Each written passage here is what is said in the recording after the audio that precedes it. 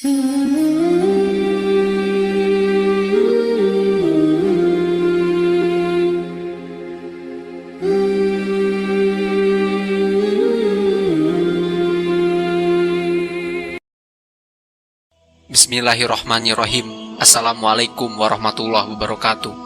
Sahabat yang beriman, kiamat merupakan peristiwa kehancuran alam semesta menuju akhirat yang kekal.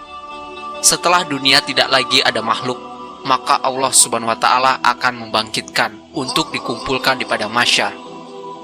Pada hari kebangkitan ini, manusia akan dihidupkan dengan rupa sesuai dengan amalannya di dunia. Ada yang dibangkitkan dengan rupa terbaiknya, namun ada pula yang bangun dengan kondisi mengerikan. Salah satunya, ada kaum yang berjalan dengan api yang memenuhi perut. Mereka digiring dari kubur dengan wajah hitam kelam, mata melotot, dan perutnya penuh dengan api. Apa sebenarnya dosa kaum ini? Berikut ulasannya.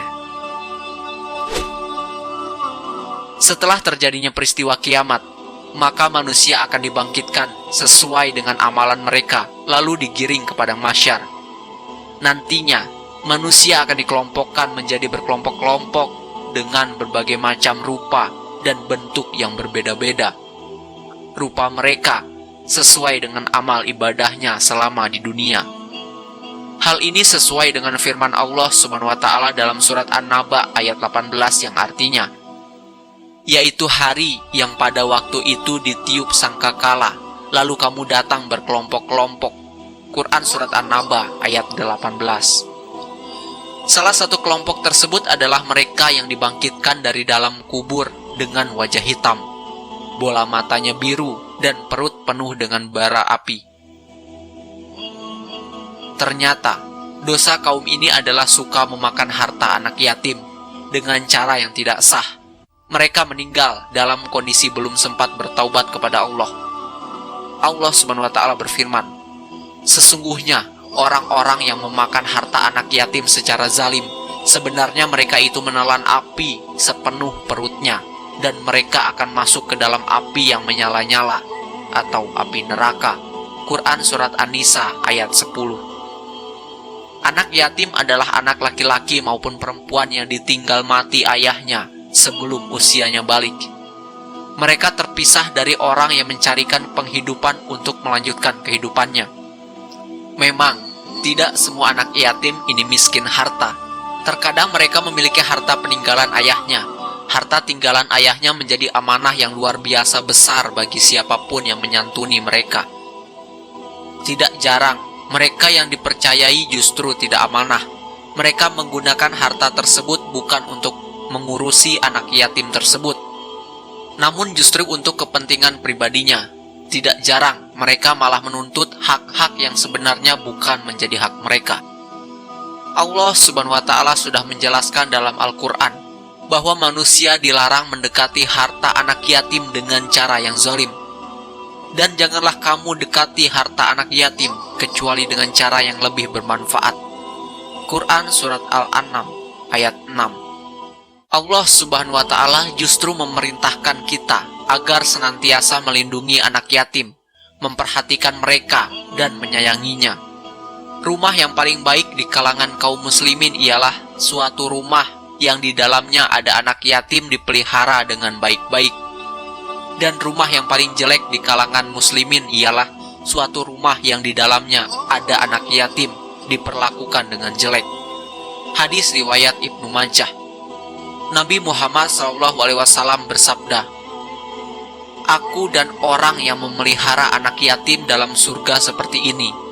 Setelah itu beliau memberi isyarat dengan jari telunjuk serta jari tengahnya sambil merenggangkan kedua jari tersebut. Hadis riwayat Bukhari. Begitulah azab manusia di akhirat ketika zalim terhadap harta anak yatim. Semoga informasi ini menambah pengetahuan dan pelajaran. Amin, amin ya robbal alamin. Wallahu a'lam bishawab. Wassalamualaikum warahmatullahi wabarakatuh.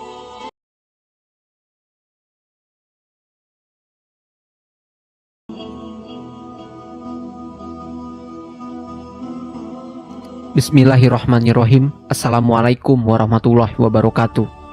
Sahabat yang beriman, azab merupakan bentuk balasan atas kesalahan yang pernah dilakukan oleh manusia. Kesalahan tersebut bisa berupa perbuatan atau ucapan yang tanpa disadari ternyata merupakan dosa. Itulah alasan kenapa manusia diperintahkan untuk berhati-hati dalam bertindak dan selalu menjaga lisannya. Jika tidak, maka neraka menjadi tempat untuk menerima azab pedih atas kesalahan yang diperbuat selama hidup di dunia.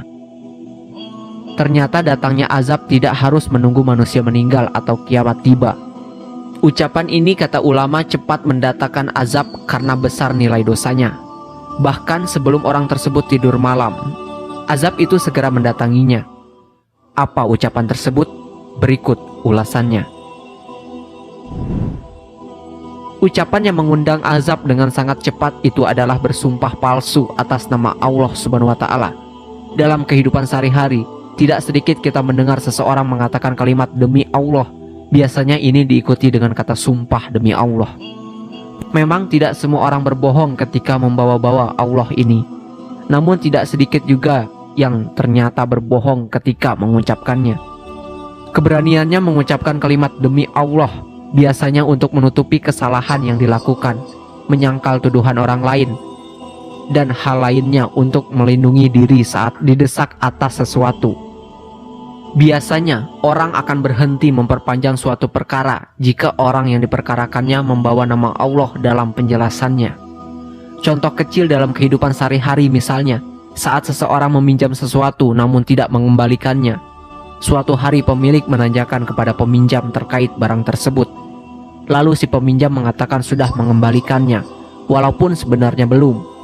Kemudian untuk meyakinkan pemilik jika ia sudah mengembalikan barang tersebut, maka dia bersumpah atas nama Allah. Serius, aku sudah mengembalikan bulan kemarin. Mungkin kamu lupa, sumpah demi Allah, aku udah balikin barangnya. Di antara kita pasti sering mendengar hal-hal demikian, bukan? Maka ketahuilah, jika ternyata ucapan itu bohong, maka Allah Subhanahu wa Ta'ala akan segera mendatangkan azabnya. Bahkan sebelum sampai orang tersebut tidur malam, Allah sudah kirimkan bala tentaranya untuk mengazab orang tersebut. Rasulullah SAW bersabda, "Maukah aku kabarkan kepada kamu sebesar-besarnya dosa besar?" Beliau mengucapkannya 3 kali. Mereka, para sahabat, menjawab, "Ya, wahai Rasulullah." Beliau bersabda, "Menyekutukan Allah atau syirik dan durhaka kepada kedua orang tua." Beliau duduk, sebelumnya beliau bersandar. Lalu beliau bersabda, "Ingat, juga perkataan palsu." Parawai berkata, beliau selalu mengulangi ucapannya hingga kami berharap beliau diam. Hadis riwayat Bukhari nomor 5918, Muslim nomor 87. Lafaznya bagi Bukhari. Orang yang berdusta atas nama Allah Azza wa Jalla adalah orang yang paling zalim. Allah Azza wa Jalla berfirman, "Dan siapakah yang lebih zalim daripada orang yang membuat-buat suatu kedustaan terhadap Allah atau mendustakan ayat-ayatnya? Sesungguhnya orang-orang yang aniaya itu tidak mendapat keberuntungan." Quran Surat Al-An'am ayat 6. Secara jelas bahwa Allah Subhanahu wa Ta'ala mengatakan jika orang zalim karena berdusta atas nama Allah tidak mendapatkan keberuntungan. Jelas bahwa ketiadaan keberuntungan ini akan mendatangkan azab. Bahkan ulama mengatakan jika azab tersebut akan segera mendatanginya sesudah ia mengucapkan kalimat tersebut.